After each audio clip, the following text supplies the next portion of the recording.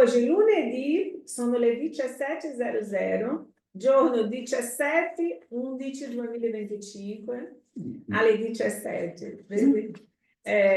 Siamo qui riuniti per il nostro studio di lunedì, il studio del Vangelo, che facciamo ogni lunedì alle 17. Martedì abbiamo anche lo studio alle 20:30 di sera, che è sempre un tema attuale con la visione del mondo spirituale, sempre sull'ottica dello spirito, no? Quando prendiamo un tema attuale come della vita quotidiana, a quale gli spiriti lo parlano in tutti i libri spiritisti, o sul Vangelo, sul libro degli spiriti. Sono domande che Kardec ha fatto agli spiriti per aiutarti a avere una comprensione migliore di quella che solo con gli occhi della carne è molto difficile da avere. Quindi questo aiuta tantissimo a vivere e a comprendere la propria vita. Mercoledì anche abbiamo lo studio, che è lo studio della Genesi, stiamo studiando la Genesi, che è meravigliosa, è bellissima la Genesi. Più avanti entreremo ancora nella composizione, nella formazione della terra, che è interessante sapere come noi siamo stati creati, come noi siamo venuti a finire qua, qual è la storia dell'umanità dentro della genesi planetaria, che si chiama genesi planetaria giusto per questo. Detto questo, facciamo la nostra preghiera per l'inizio della riunione, ma la preghiera del lunedì, chiedendo alla spiritualità amica che ci ausili, che possa seguirci, che possa proteggerci, che possiamo meritare sempre il loro ausilio. E ringraziamo la settimana che è finita, tutto ciò che abbiamo vissuto, di buono o non tanto buono, ma sono sempre esperienze importanti per la nostra evoluzione. Chiediamo a nostro Signore Gesù Cristo, come servo infedele, tante volte, come servo che ancora, come i bambini che ancora abbiamo difficoltà di capire la legge, chiediamo l'ausilio loro e che possiamo meritare che questa settimana possa venire tutto ciò che abbiamo bisogno, che possiamo affrontare con coraggio, con discernimento, con pazienza, ma principalmente con il Vangelo di Gesù. Grazie Padre amato, grazie spiritualità amica in questa casa. Grazie agli spiriti protettori, angeli guardiani che sono qui con noi. Grazie ai mentori spirituali che ci aiutano in questo compito. Così sia. Così sia.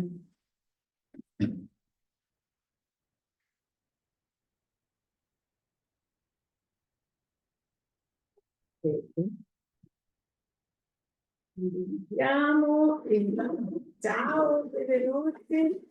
Condividiamo il Vangelo.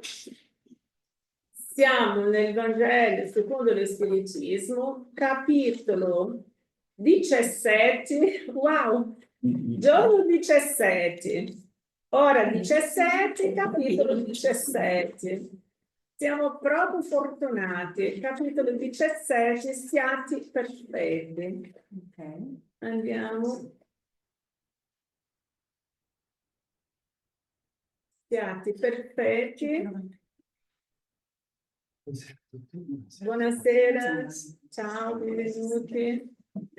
Abbiamo visto carattere della perfezione. Siamo di un uomo da bene. Parabola della semina, item numero 6. Il buoni spiritisti. Parabola della semina, item 6. Ok.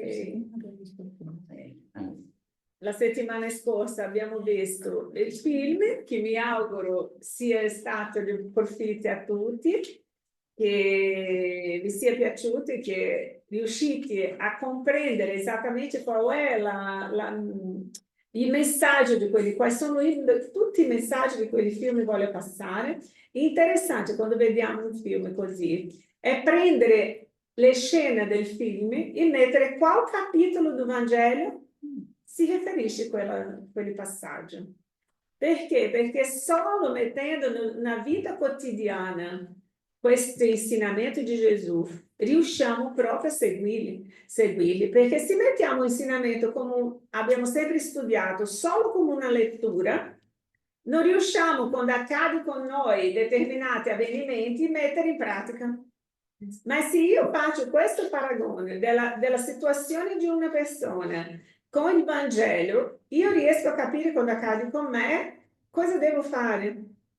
A quale parte del Vangelo mi riferisco? Come, per esempio, ieri ho visto novamente The Chosen, perché con quella pioggia ho detto no, faccio più immersion di The Chosen. E quindi abbiamo visto do capitolo 1 al capitolo 3, tutti uno di seguito dell'altro, perché vedere quello, ogni volta che guardo The Chosen, vedo l'esempio di quelli discepoli che litigano, che hanno dubbi, che non credono in Gesù Cristo, che sono lì in Gesù. Gesù ha fatto tutto, ma dicono, ma no, lui sparisce, non si fa vedere, ci lascia così, non sappiamo mai quando torna, quando non torna, cosa fa, cosa non fa, qual è la decisione. Ma mi fido o non mi fido? C'è tutto, ci sono i dubbi, c'è tutto, sembra nella vita reale, no? Esatto, ma se io non metto quello nella mia vita, Certo. perché io sono un personaggio, la mia vita, è una storia di un personaggio. Cosa accade con la mia vita? Io dico sempre che noi siamo i grandi fratelli. Cosa accade con i grandi fratelli, Big Brother? Noi siamo quelli dentro della casa. E fuori dalla casa, quanti sono gli spettatori che ci guardano, gli spiriti disincarnati, e noi non sappiamo neanche quanti sono e quali sono. Siamo lì a giudicare il nostro comportamento tutto il tempo.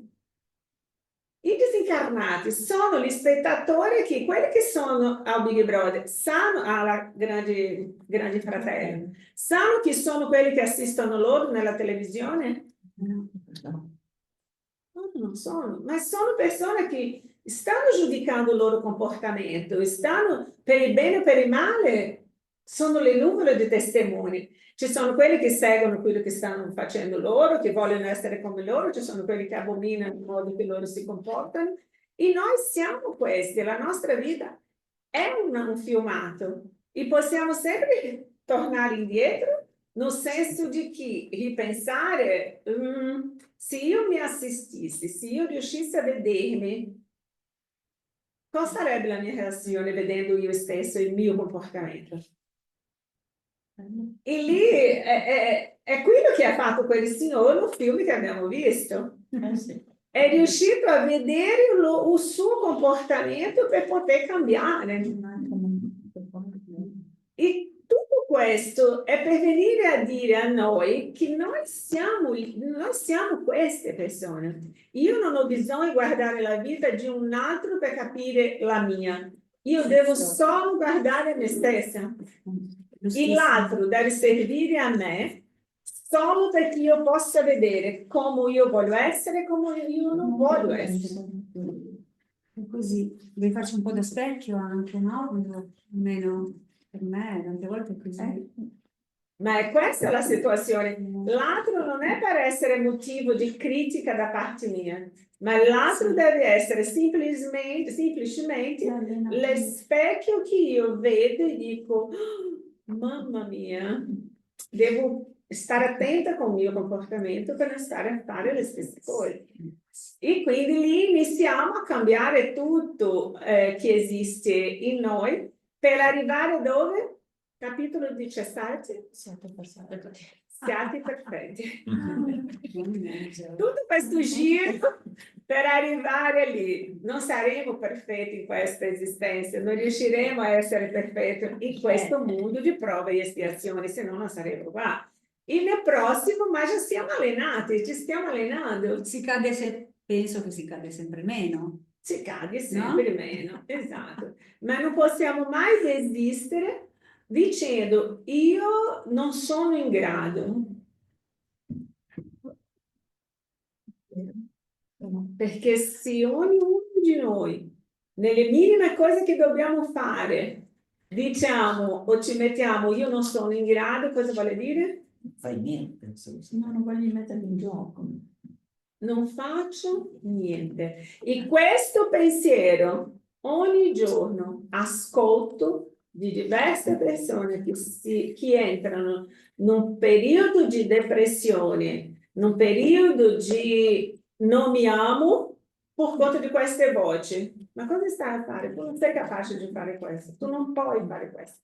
E anche se ascoltiamo di qualcuno, non sei capace di fare, basta ascoltare e non dire nulla, ma non lasciarsi cadere in quello che l'altro sta dicendo, perché ci metti in suggestione, ci metti in una situazione che tutta la tua capacità che hai di fare qualcosa, tutta la tua allegria, vai giù. Perché? Perché abbiamo lasciato che qualcuno dicesse tu non sei capace. Il che capita, cioè magari non sempre, ma capita, probabilmente hai ancora quella debolezza e ti prende.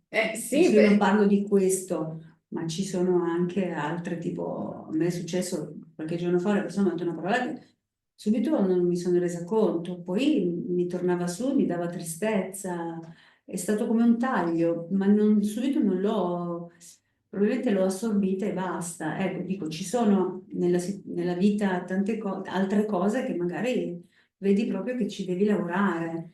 Sì, perché utilizzano giusto le persone per venire a Colpire. istigare giustamente in ciò che sanno che magari tu devi lavorare. E colpisci. Per questo l'importanza del Vangelo, per questo l'importanza di guardare sempre queste The Show di gente. Ieri è chiarificante vedere la difficoltà di quei discepoli di accettare, ma alla fine riescono. La difficoltà loro è la nostra. Era tutta nostra.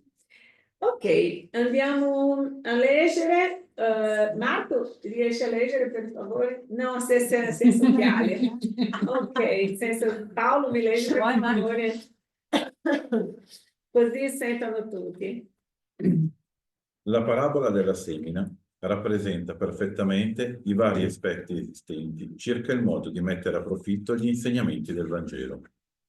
In effetti, tante sono le persone per le quali l'insegnamento è solo lettera morta, che, esattamente come la semenza, cade sulla roccia e non produce frutti.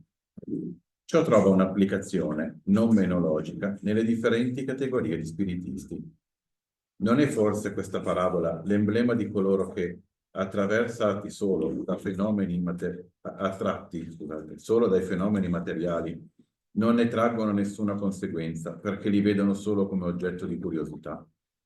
Non simbolizza forse quelli che cercano solo l'aspetto appariscente delle comunicazioni degli spiriti e si interessano solo a ciò che soddisfa la loro immaginazione, ma che, dopo averli intesi, continuano a essere freddi e indifferenti come prima? Non simbolizza forse quelli che trovano i consigli molto buoni e li apprezzano, ma si aspettano che siano gli altri ad applicarli e non essi stessi? O quelli, infine, per i quali gli insegnamenti sono come i semi caduti sulla terra fertile e producono dei frutti? Grazie Paolo. Com'è? Interessante questa lezione. Sì. Qua fa un elenco un po' di come si può rimanere sulla soglia da spettatori all'insegnamento del Vangelo senza entrarne e comprenderlo. Non a caso ce l'hanno messo dietro, subito dopo la pagina dei buoni spiritisti, che ci ricordava che il buono spiritista è principalmente un buon cristiano. Quindi a prescindere dagli aspetti quelli esteriori o quello che viene definito qua il fenomeno, in realtà l'essenza è quella di comprendere il Vangelo, perché ce lo stanno rispiegando in maniera ancora più chiara, ma comprendere vuol dire portarselo dentro e metterlo in pratica. E quindi è la terra che accoglie il seme, però poi deve produrre frutti e quindi deve diventare un'azione, qualcosa che diventa poi a beneficio di altri, non può rimanere lì, altrimenti non è un seme che germoglia. È interessante perché qua fa un elenco che è di sicuro ancora attuale quindi essere attaccati ai fenomeni o quello ma soprattutto è quelli che trovano i consigli molto buoni, ma li apprezzano, ma si aspettano che siano gli altri ad applicarli, perché poi è sempre, come dicevi tu prima, che se uno vede un esempio, come nel film, se uno vede un esempio in una vita può imparare a prenderlo su di sé. Leggendolo qui uno dice, sì, è vero, però quello sbaglia e non riesco mai invece a comprendere quando parlano a me e quindi in realtà penso che non ci sia una pagina che non si può riferire a me in questo libro di cose da imparare, da migliorare, da mettere a posto. Quindi la prova del seminatore ci insegna a darci da fare, ma soprattutto a darci da fare nel senso di fare nostri gli insegnamenti del Vangelo, di non rimanere spettatori e qualsiasi sia la cosa che stiamo guardando. Rimanere sulla soglia, non sentirsi mai coinvolti e non sentire mai che queste parole ci riguardano direttamente, invece in realtà ci riguardano direttamente ognuno di noi, ognuno a modo diverso, ma ognuno di noi. Bravissimo, proprio così. Mi viene in mente sempre in questo elenco, adesso potremmo aggiungere anche, in virtù anche di quello che abbiamo fatto l'anno scorso, delle attività che abbiamo visto magari con Dottor Fritz, incorporato da Eliane, anche il voler guarire, molte volte ci si aspetta che la guarigione arrivi da fuori, ma non ci mettiamo in moto per fare in modo che sia qualcosa che nasce dal nostro comportamento, perché non comprendiamo che in realtà nasce dallo spirito e quindi dal nostro comportamento, il benessere dello spirito e del corpo. Quindi secondo me può essere aggiunto in questo elenco e ci sono tanti comportamenti che nascono dal fatto che vogliamo sempre, come dire, essere spettatori o ricevere da fuori, ma non metterci noi in azione. Esatto, proprio così. E se non viviamo dentro di quello che, ovvio che non riusciamo a vivere a ogni momento tutto quello che, come si dice, studiamo, ma se iniziamo a fare a piccoli passi, alla fine vediamo quanto abbiamo cambiato. Quanti di noi avevamo delle cose che facevamo prima e oggi non facciamo più? Quanti cambiamenti, se io vado a vedere, nelle minime cose sono stati tanti cambiamenti, tantissimo, e non possiamo dire che non siamo andati avanti, siamo andati molto, molto avanti. Katia? Volevo dire che il comportamento, come diceva lui adesso, praticamente è preparare il terreno. Il comportamento è il terreno che accoglie il seme. In base al terreno, come l'hai preparato, il seme darà, non darà un frutto o poco tanto.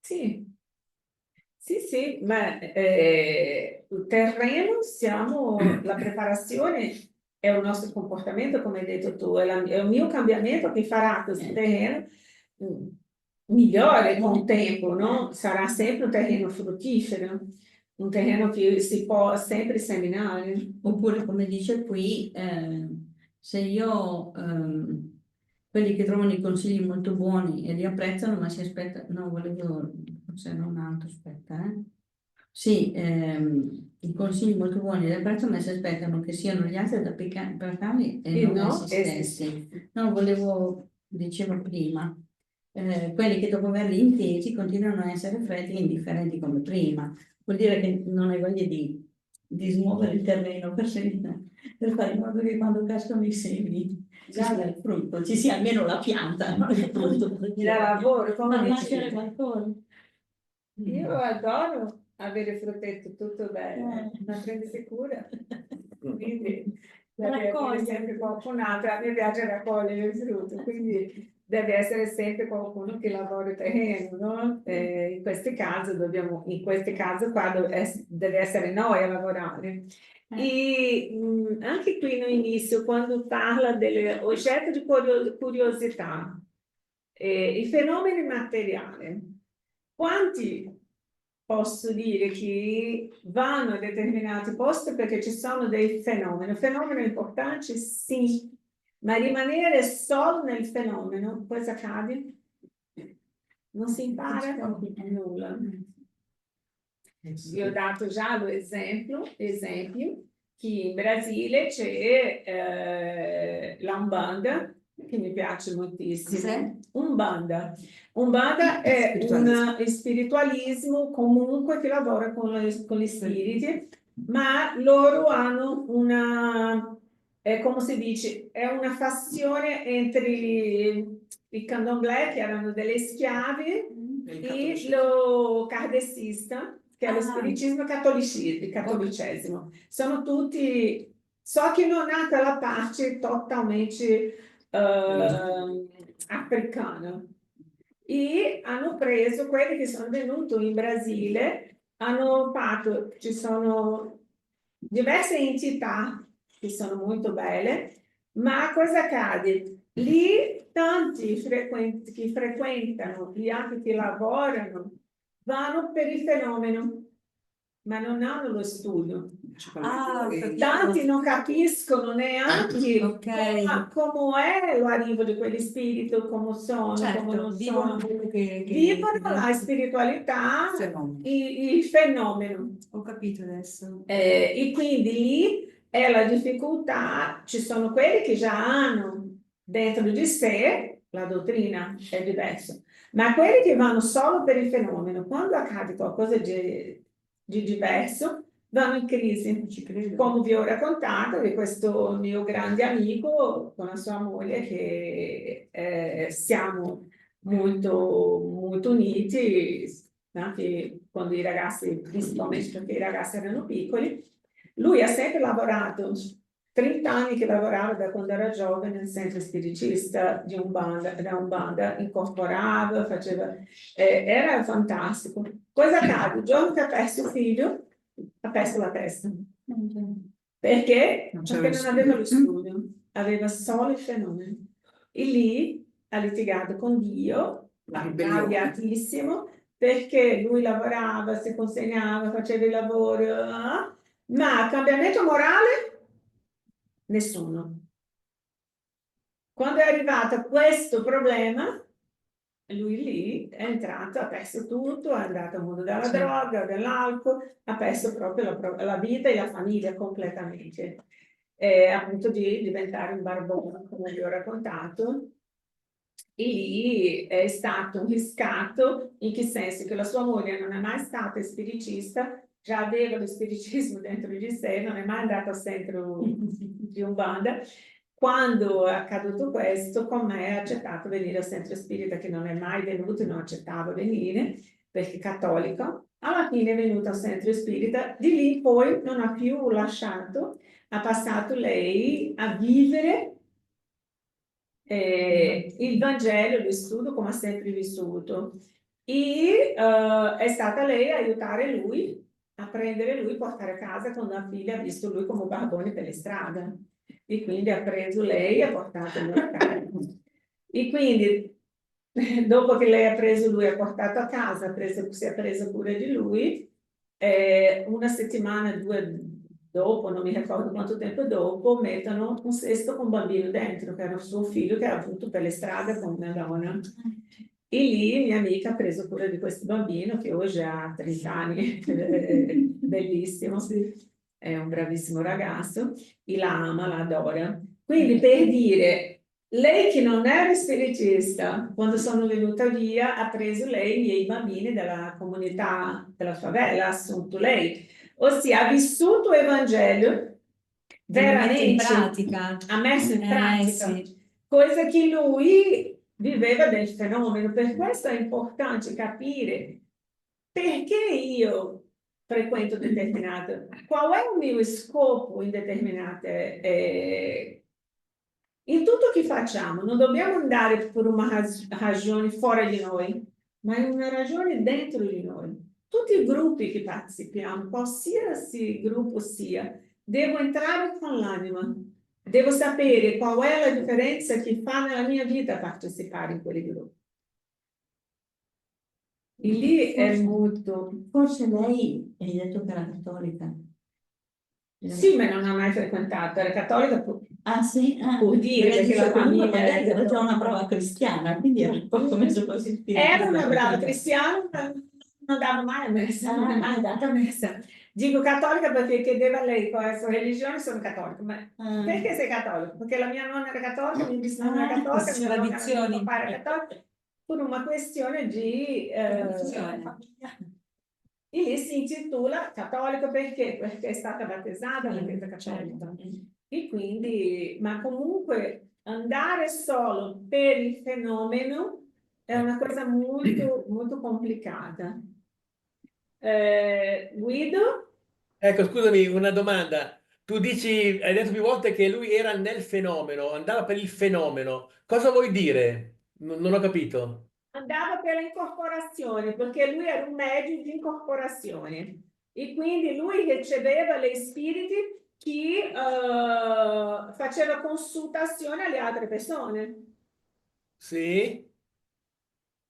Lui incorporava, andava a questo centro spiritista, era un medium di incorporazione.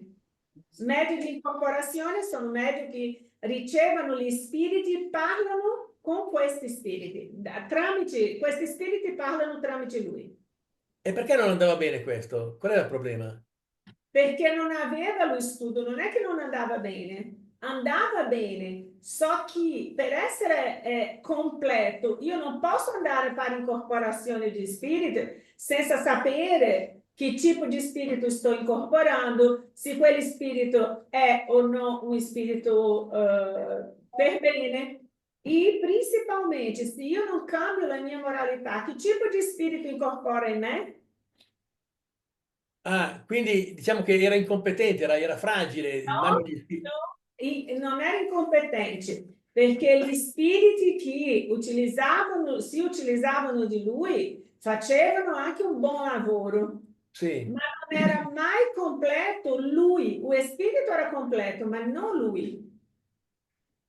Lui era un vaso imperfetto a quale lo spirito utilizzava, ma il spirito andava anche fino solo a un certo livello, perché lui non aveva in sé lo studio necessario, la comprensione necessaria per fare altri, per andare oltre. Ah, ho capito. Cioè, non era preparato abbastanza. Non era preparato abbastanza. Aveva la incorporazione, ma non era preparato abbastanza. Ok, grazie. E grazie a te. Quindi è bello, sì, è bello perché lì dentro comunque eri protetto, perché è un lavoro che è difficile anche spiegare per voi. È un lavoro molto grande, molto importante, molto interessante. So che io, médio, se io non ho la mia moralità fuori di lì, io non posso pensare in fare un lavoro quando arriva una prova perché io non ho l'alicerce. E lo spirito, na hora della prova, simplesmente mi dirà: ok, ma io non posso toglierci la prova. La prova è tua, la preparo tu deve avere. Quello che io lavoravo tramite di te, lavoravo con la mia competenza, con quello che io qui venivo a fare. Anche se non era un vaso perfetto, la spiritualità, avendo bisogno, ha sempre utilizzato del meglio. Ma quello che accade fuori do centro a me è responsabilità mia, lo spirito non mi toglierà la responsabilità. Cosa è accaduto con Pedro? Pedro, The Chosen. Pietro ha litigato modo di dire, ha rotto con Gesù suo rapporto, perché? Perché mentre lui era con Gesù fuori, Ede, la sua sposa, ha perso il bambino che aspettava, ha avuto un aborto che quasi è morta anche lei, por causa di questo aborto spontaneo. Cosa è accaduto con Pietro? Non ha detto nulla a Gesù, si è arrabbiato con Gesù perché mentre era con lui pensava che lui si prendesse cura della sua moglie, cosa che non ha fatto. E tutto il suo silenzio ha portato lui a avere una rabbia, un sentimento, si è allontanato completamente degli altri discepoli e di Gesù. Perché? Perché pensava che in quel caso Gesù aveva l'obbligo di prendersi cura della sua famiglia, di lei. Non ha capito che quella è stata una prova alla sua fede, Che non ha superato. Vacillante. che era una fede vacillante, perché non ha passato quella fede. Cosa è accaduto a Tommaso? Idem. Tommaso Morto, voleva spezzato. sposarsi, era innamorato, cosa è accaduto? È morta prima di sposare la sua fidanzata, è morta prima che lui si sposasse. Il dolore di Tommaso, io ho sentito il suo dolore, sono anche io stata tanto commossa e male con quello che era il suo dolore, la sua rabbia, il suo sentimento. Perché? Perché se Gesù poteva livrare Lazzaro dalla morte, poteva fare risorgere Lazzaro, la figlia di Gairo, perché non ha fatto venire a vita a lei? Perché non ha ridato a Perché era lei la sua la vita? causa. E quindi lì Gesù ha fatto tutti noi capire che non è perché io Frequento una casa. frequento o io ho una fede in Dio che nulla mi accadrà. La fede che Dio mi dà è perché io possa superare le difficoltà e non per evitare le difficoltà. Ma dici, ma se io sono un seguace suo, perché tutto deve accadere a me? Perché io sono un seguace suo? Ragioniamo al contrario. Perché sono io che ho bisogno di Dio? Perché sono io che ho bisogno dell'insegnamento di Gesù e non mio fratello? Non è una bargainia. Perché mio fratello non ha bisogno di fare questo percorso che faccio e io sono obbligata a fare? Perché per me. Perché Dio sa che sono io che ho le prove a superare. Sono io che ho bisogno di Lui per capire come superare le mie prove. Se no sarebbe a Lui anche la stessa cosa. Ah, mio fratello, tu non esigi che vada al centro, quindi com'è sei sempre in litighi perché ho bisogno di studiare, ho bisogno dell'Evangelio, ho bisogno di andare al centro spirita a fare passi, ho bisogno di pulire l'energia della mia casa. Ma mio fratello, non ho mai sentito tu dire a lui che doveva andare al centro. Ho detto, avete esperienza diversa. Chi ha bisogno di centro spirita sei tu. Chi da piccolo ha un problema spirituale gravissimo sei tu. Lui non ha questo problema, ha un altro percorso, un altro. Non puoi paragonarsi. Non puoi vedere che sono personaggi completamente diversi. E noi quante volte ci compariamo agli altri, che è accaduto a Tommaso e a Pietro, a paragonarsi agli altri, sendo che gli altri le prove è diversa di quella che devo subire io. E è quello che tante volte non riusciamo a capire. E stiamo sempre a mettersi nella vita dell'altro. E lì, ogni volta che io sto a guardare la vita di uno che è qua, io mi sento ogni volta più piccola. Ma se io inizio a guardare quelli che sono sotto me, io vedo o quanto io sono fortunata. In sostanza vuol dire che di fede ne abbiamo molta, molta poca. Già la paura del domani, del futuro, è già una mancanza di fede. Quando ti capita una cosa, ti ribelli, non l'accetti, è già una mancanza di fede. Capita a tutti. Io non direi mancanza di fede, io direi mancanza di conoscenza. Perché quando Gesù ha detto conoscerete la verità e la verità vi tornerà liberi, cosa vuole dire questo? Che se io capisco quello che gli spiriti stanno qui a spiegato, perché non sono parole di Catarina, sono parole delle spiritualità, degli spiriti che stanno dicendo. Quindi se loro ti dicono come vivere e qual è il miglior modo di vivere, e io non accetto, non è fede, è proprio perché... Ma se io so e continuo a comportarmi in quel modo, penso anch'io che sia mancanza di fede, che se ho la conoscenza, ma non mi permette di andare avanti, no? E la conoscenza cioè se c'è la conoscenza... non ci credi alla fine. Ah, ecco, non crederci, mamma mia. Sì. Lo sai, ma Dipende da quello che stai vivendo. perché Scollegata. la fede magari è Brava. qualcosa che Collegata. la fede pensa a qualcosa che come posso, è molto difficile di individuare, ma comunque la fede, quando uno già ha dentro di sé, è lì dentro. Certo. Già per noi Chiamiamoci. siamo più difficili, è un esercizio, è una conquista di Mhm. ogni giorno. Ecco. Ogni fase superata è una conquista fino a quando la prossima esistenza io non ho bisogno di tanto studio, perché a me basta Ok. capire perché io credo che è così. Quindi non vado. Perché ne superi diverse, poi magari ce n'è una che non la superi. Devi tornare indietro e rivedere forse, perché quello era la mia domanda. In Sì. effetti hai ragione.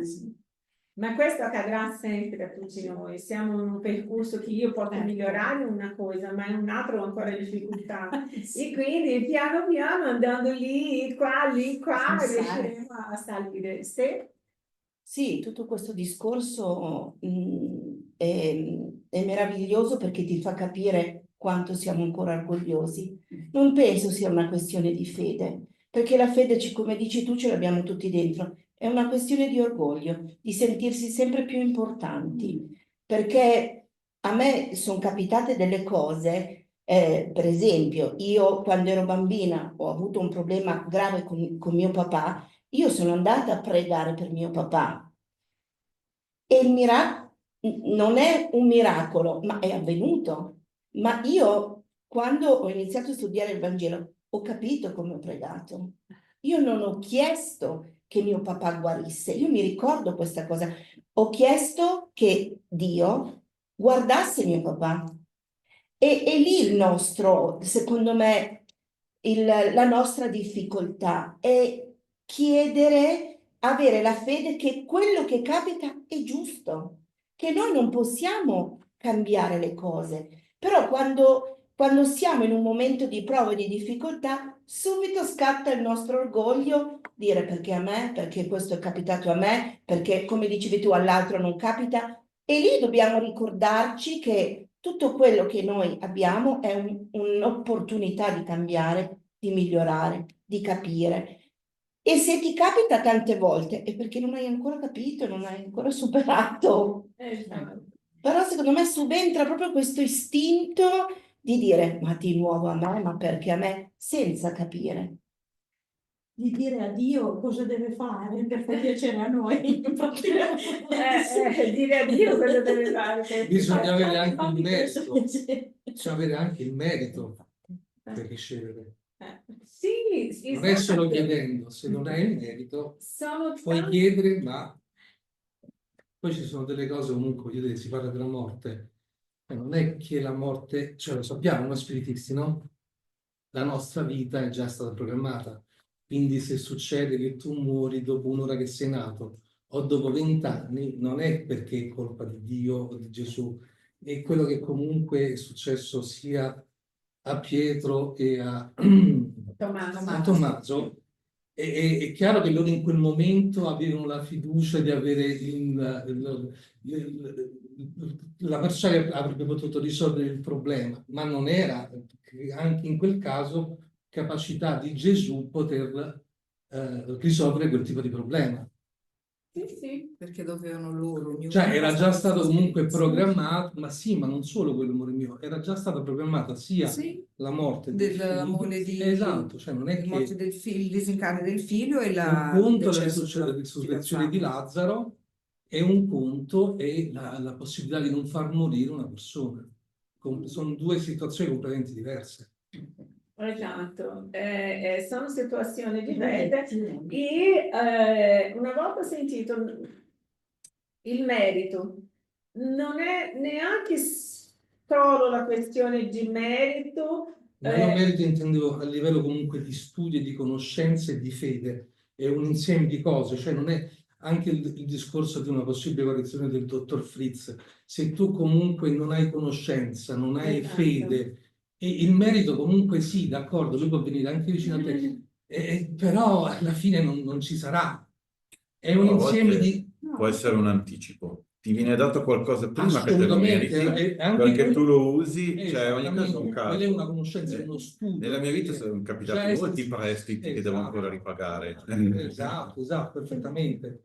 Anche quello già è un inizio di uno studio, cioè l'avvicinarsi comunque alla possibilità di avere una guarigione, già, e se tu non hai la conoscenza, la fede e il merito, non ci sarà, è impossibile. Ma può essere che ti viene data come stimolo, perché a quel punto tu inizi a farti delle domande e ti metti magari a studiare per Una capire discussione perché a me è che successo a volte questo. noi Può pensiamo che sono capitare. dei miracoli, invece no, è soltanto l'inizio di un tuo percorso. Esatto, tanto che le guarigioni di Gesù avevano uno scopo, Esattamente. attivare la fede della gente. Perfetto, perfetto. Dire solo una cosa, che la maggior parte delle situazioni prova vissute da me stessa, inizialmente prima di entrare nella dottrina spiritista, io guardavo il cielo e me la prendevo con Padre Eterno. Perché dicevo perché questo, perché quello, perché quell'altro, e facevo quello che diceva Katia, anche l'imposizione, perché Dio deve fare questo, perché ha fatto quell'altro, perché ha permesso questo, questo, quell'altro. Entrando nella dottrina spiritista, che tu cominci a capire, a studiare, tu capisci che la maggior parte delle cose che tu passi, se ripete, come ha detto la nostra cara Stefania, è perché tu non hai imparato, e a volte, anche se tu hai imparato, è anche una prova per fare capire se effettivamente la tua fede è solidificata. Se effettivamente ciò che loro ti hanno riproposto, anche se tu hai vissuto quella fede, loro dicono: aspetta, sì, ha superato, ha imparato tutto quanto. Però vediamo veramente se ci tieni e se hai fede che le cose potranno migliorare, se hai fede e rispetto che le cose prendono una mano perché il Signore ti ha condotto fino a lì, che nulla è a caso, che quella storia che dal cielo cade la fortuna. Non esiste questa. Questo sta solo sul dizionario. Non è la fortuna, è il permesso che il Signore ti ha concesso di vivere determinate cose, di imparare, perché con le tue mani apri tu il libro o apri YouTube o leggi una cosa che un fratello ti manda, e con le tue mani. Il resto effettivamente è quello che esiste, è la provvidenza divina. In bene per te e in male se tu non vuoi mettere in pratica. Solo quello. Grazie. Ma le prove, ricordiamo, tutte le sei sempre scelte tu. Sì, sicuramente. Quindi è vero che noi diamo la colpa a Tizio Sì, Caio, sì, sì, ma sì, siamo sì. noi che nella nostra Responsabili. programmazione abbiamo voluto quelle determinate prove. E forse anche la persona che ce le Certo, pone. assolutamente, perché Sì, dobbiamo sì. riscattarci, e quindi solo con la conoscenza e attraverso di essa che Sì, possiamo sì. comprendere. Sì, È sì. la conoscenza, è sempre la conoscenza. E guarda, Però farsi delle domande è giusto. Sì, Cioè, io me le chiedo perché mi hai fatto questo, mi viene una risposta sì. e capisco perché me l'ha fatto, mi viene, ecco perché mi ha fatto questo. Non è sbagliato. No, devi sempre chiedere. Mi è capitato diverse volte, magari qualcuno, no, io qui là, ma figurati, mi capita a me, adesso ho capito perché. E capisco perché mi è capitato, perché capissi quello che non avevo capito prima. Esatto. E quindi la domanda è anche, ma perché proprio a me, ma perché mi hai fatto questo? È quello che mi dà però la risposta. Ottimo, se riesci a avere questo Se no, dialogo se con no te non so stesso è perché mi è meraviglioso. capitato. Sì, è meraviglioso quando riesci a avere questo riscontro. Sì. Ma ricordiamoci, quando dice sulla preghiera, no? Che hai parlato della preghiera, voi due, Steffi, Marco, avete parlato della preghiera. Per esempio, un esempio che mi è capitato molto forte di un'amica, una carissima amica, che ha chiesto per pregare per una persona, marito di una sua amica che era molto ammalato, e ha creato dei gruppi di preghiera dappertutto, perché lei conosce tanta gente, ha creato diversi gruppi di preghiera, diversi. E abbiamo anche aperto noi la sollecitazione in Brasile, ho chiesto con il nome di questo signore, era una corrente proprio di preghiera per questo signore. E lì, a un determinato momento, lui muore. Quando è morto, lei era fuori di testa, di rabbia, mi ha chiamato, com'è che Dio fa una cosa così, com'è che non ascolta le sue preghiere, che lei ha montato diversi gruppi e si è sentita malissimo perché lui è morto.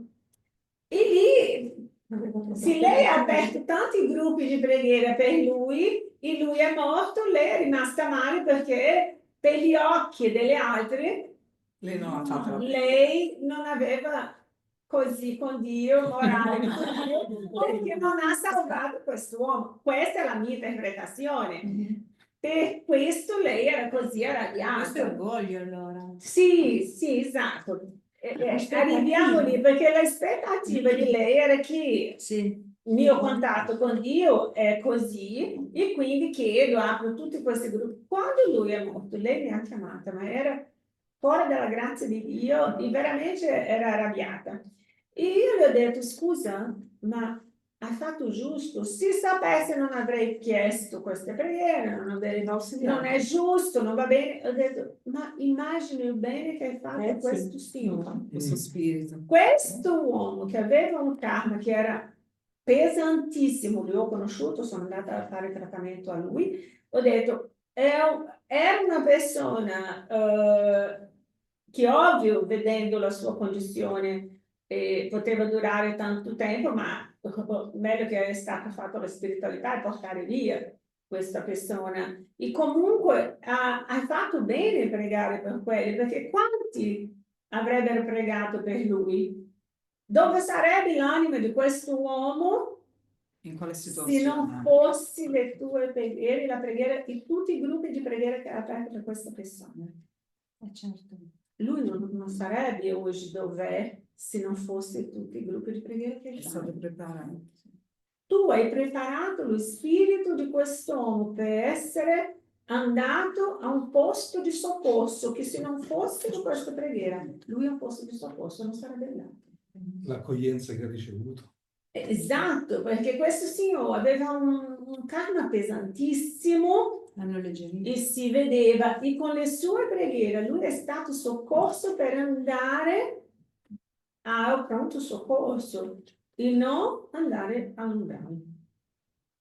E lì ho detto a lei, scusami, sì, ma è stato una roba, lei ha fatto tanto con queste preghiere. E si è sentita, quando ho detto questo, è rimasta muta, completa. Ho detto, cos'è questo? La no? Non è la fede, non è la fede, è la conoscenza, è diverso. Avete capito la differenza della fede? Sì. È diverso. Non so, perché vorrei farti un esempio. Tanti anni fa a me è successa una cosa uguale alla signora, una persona molto vicina a me che ho voluto tanto bene, cioè che ho voluto, che voglio bene. E ho fatto la stessa cosa, ho raggruppato un sacco di persone dove si pregava e ho avuto quell'orgoglio, quella convinzione che sarebbe guarita di tutto quanto. E invece a un certo punto, non so, credo che abbia migliorato me, perché a un certo punto ho cominciato a dirgli, guarda, fai tu, qualsiasi cosa l'accettiamo, fai tu. Poi con il tempo sono andate meglio, ma devo dire che ho fatto questa strada, eppure non, cioè, quello che voglio dirti, non avevo quella gran conoscenza.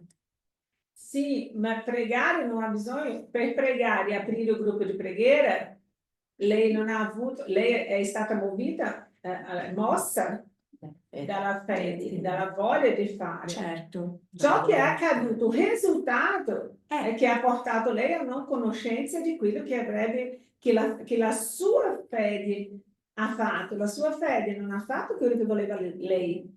Signore, sia fatta la tua volontà. Non voleva lei, Ha fatto quello che Non ha fatto quello che voleva lei. Ma quello ti ha scatenato, Quello che ha ti ha avuto- scaturito la conoscenza. Ah, ok. È stata una prova per te. In quel momento tu ti sei resa conto che Perché poi abbandona ho tutto e accettato seguimi. qualsiasi cosa, accetto. Avete capito che lei ha Adesso usato sì. la fede Adesso sì. per raggruppare. Quando ha pregato con fede. Certo. Un È risultato, stato come non è stato quello che voleva lei, ma quello che era determinato dal padre, Cosa è accaduto? La mancanza di conoscimento cosa ha fatto? Che lei cadesse. La conoscenza. È lo stesso caso do mio amico. Lo stesso caso do meu amico. Ha fatto tutto con fede, sì, quando incorporava lo spirito, incorporava con fede, sì. Quando le persone si sedevano davanti a lui, che lui medicava, dava delle erbe, dava delle cose, faceva dei trattamenti alle persone, dava dei consigli, si consegnava integralmente o no? Sì, non c'era lui presente perché lo spirito incorporava. Ma quando è stato chiamato alla conoscenza di una situazione personale sua, cosa è accaduto? Non aveva la conoscenza. Per me la conoscenza in quei casi lì è che la conoscenza nel sapere che non esiste l'ingiustizia. Esatto. Non esiste ingiustizia, è la conoscenza, quello che succede è giusto. Quello è un tipo di conoscenza, perché la conoscenza è conoscere tutto il Poi sai Vangelo. anche altre cose, va bene, però basta già quella. E neanche le tragedie, perché non ci sono tragedie, sono cose che normali. Esatto. Quando passiamo a avere questa conoscenza, questa fiducia in quello che è la vita, perché? Perché io lo so, non sono qui eterna, non sarò qui per tutta la vita, quindi è un tempo corto, tutto quello che accade è una cosa che passeremo. Ieri leggendo il Vangelo, sempre quel capitolo 12, se non mi sbaglio, servire Dio e Mammona, no? Quel capitolo, una parte che parla, come si dice, della povertà e della ricchezza, che tutti noi passeremo, tutti, per l'esperienza della ricchezza e l'esperienza della povertà, tutti gli esseri umani. E quindi se tutti noi, vedi che ogni volta che leggiamo vediamo una cosa di un modo diverso, no? Tutti noi, ossia l'esperienza è data uguale a tutti gli esseri umani. E dipende di come uso quella povertà o quella ricchezza e che farà tutta la differenza nella mia vita oggi. E è bello questo perché noi siamo, se io credo che la vita è breve, che esiste un tempo, io passo a fidarmi di più in quello che Gesù è venuto a portarci. Era il capitolo Nel sermone della montagna, è il 16. appena quello che abbiamo finito. Capitolo 16. E quindi questa conoscenza di capire il sermone della montagna, come abbiamo studiato mercoledì. Mercoledì cosa ha detto?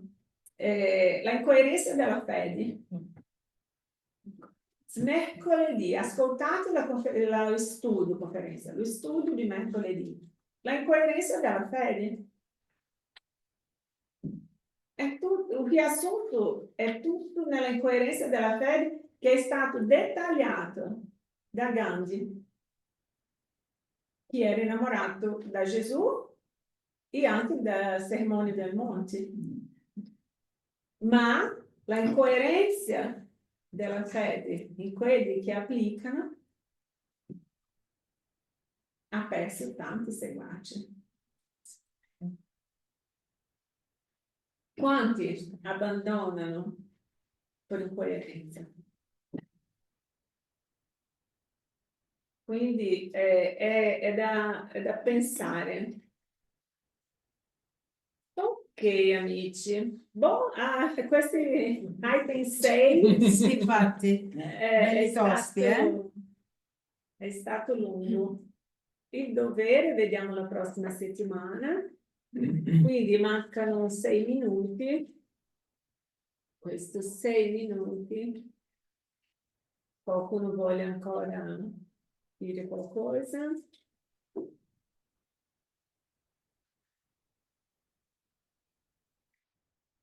Guido? Vediamo se posso fare una sintesi. Quando un nostro familiare o amico sta male, mettiamo che ci abbia il cancro, esageriamo, e preghiamo Dio che intervenga, non possiamo aspettarci che guarisca dal cancro, magari lo fa morire prima e sarebbe bene così, cioè farebbe il suo bene, cioè morire prima vuol dire non farlo soffrire, quindi è il suo bene. Ecco, forse è quella. Ho estremizzato la cosa, però funziona così. Sì, ma è così tante volte, Guido, perché tante volte chiedere, pregare per quella persona che Dio intervenga, Dio abbrevia la sofferenza di quella persona. Esatto, è quello, esatto. La sua sofferenza è abbreviata, non lo so in italiano cosa Sì, essere sì, abbreviata. È così. Sì. In portoghese. La sua sofferenza è abbreviata. E noi non capiamo, io ho pregato, è morto. Come, vi do un ultimo esempio in questi 4 minuti. Mario quando è andato a fare l'intervento del cancro, vi ho raccontato già. Io ero in camera, ti pregavo a Milano nell'ospedale e io siamo stati lì 2 settimane, venivo solo a fare le conferenze e tornavo all'ospedale.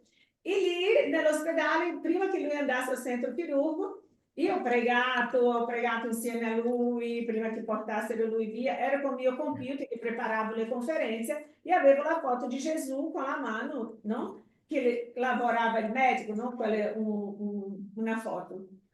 È andato via. Tra un po', non do neanche mezz'ora, arriva tutta l'equipe medica dentro del mio quarto, porta dentro, io mi sono spaventata, ho detto, ma cosa? Signora, abbiamo bisogno che lei firmi un documento perché abbiamo dovuto sospendere l'intervento perché invece del cancro abbiamo trovato un altro alla vescica, dobbiamo prima togliere quelli della vescica che non avevamo visto prima, abbiamo appena visto.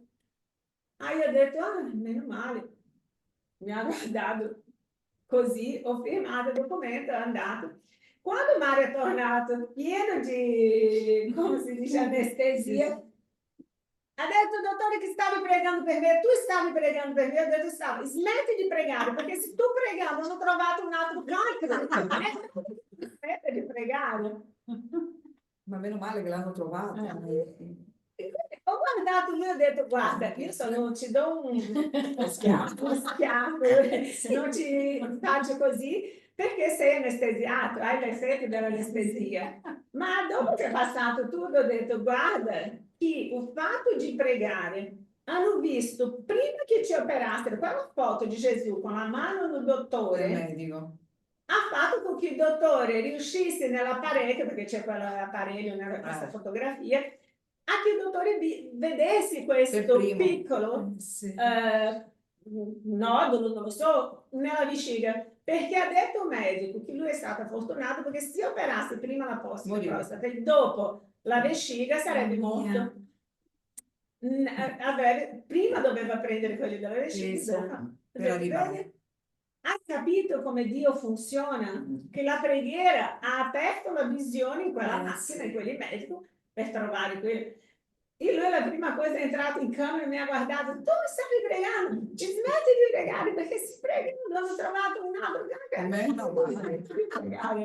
È meno male. È lì la differenza che fa Guido, come esempio che hai dato. Proprio così. Grazie amici. Dopo facciamo. Respiriamo.